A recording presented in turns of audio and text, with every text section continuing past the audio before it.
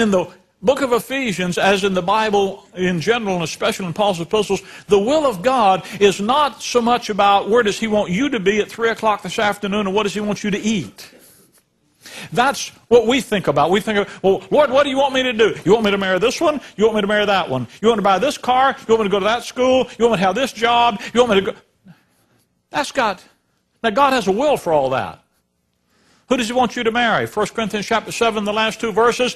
Only in the Lord. Other than that, whoever you want to. Big one, little one, fat one, skinny one, tall one, short one. Whatever you want. Dumb, smart. I mean, you pick the one you want. It's better to pick one you like. Okay? But those choices are yours. God says, here's who's on the stage that you can pick from. They've got to be a believer. If they're not a believer, they don't get on the stage. If they're on the stage, equal options. You make the choice. For years, I've talked to people in pre-marriage counseling. And you talk to them about this, that, and the next thing. And I always tell them toward the end, I say, you know, about 6 months after the wedding, I want to meet with you again. We'll go over this stuff again because then you'll listen to me. Before they got these eyes, they're just, you know, they're big eyes, you know, and he's looking at those big eyes and he's just in a fog and she's looking at him and she's batting her. And, you know, marriage is blind and love is blind and marriage is a great eye-opener.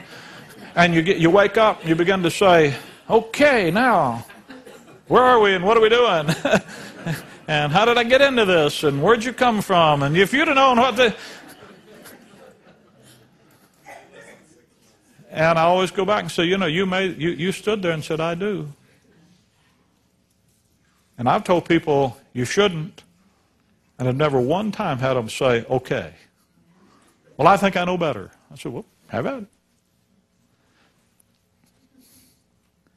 The will of God isn't that kind of thing. In the Bible, the will of God is not what you're doing. The will of God is what He's doing. If you just get that shift in your mind. You say, but Brother Rick, I want to do the will of God. Then find out what God's doing. Let Him will and do that in you, and you'll be doing the will of God. See, if you learn to think like God thinks, when you go through the details of your life, you'll be able to think about them the way God thinks about them. And if you think about them the way God thinks about them, what will you do? Won't you do what God thinks? You will be doing the will of God in those circumstances. Not because you're looking for some prearranged life map that He set out over here for you to be in, but because you have the full sufficiency of an understanding of His will and His thinking, that you then have the skill and the capacity to go out and apply in the details of your life. That's why he says that he prays for the Philippians that their love would abound yet more and more in all knowledge and in all judgment, discernment, the ability to take the knowledge and apply it to circumstances, that you may approve things that are excellent. God wants you choosing the thing of greatest value. Here, you've got everything off the stage up here that shouldn't be. Here's the stage of your life. You took everything off that shouldn't be there. Everything God says don't have in your life, you put away. You denied ungodliness and worldly lust. You took it out of the way.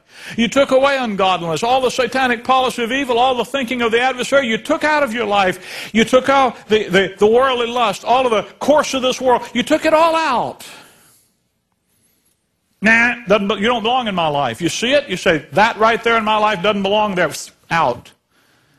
How can I do that? Because the cross, by the cross, I'm crucified to the world, and the world unto me. I'm free. God's answer to sin is the cross, folks. Not your confession, not your work, and not your dedication. Just Calvary. And I'm just going to recognize that's not who I am. Get out of here. Why? It's a waste of my time. It's a waste of good space in my life. I could put something else there. You follow me? And then I'm going to live soberly, righteously, and godly. So I take off out of my life all the things that God says don't put there. And then I begin to put in them the things He says put there. And as I begin to add those things into my life, love, joy, peace, long-suffering. I live soberly, righteously, and godly. I live soberly. I think soberly, have a sober mind. I think in the reality of what God says. Righteously. I live with other people in that right activity. Godly. I live toward the Lord the way He says. The identity He gives me. I began to put that into my life.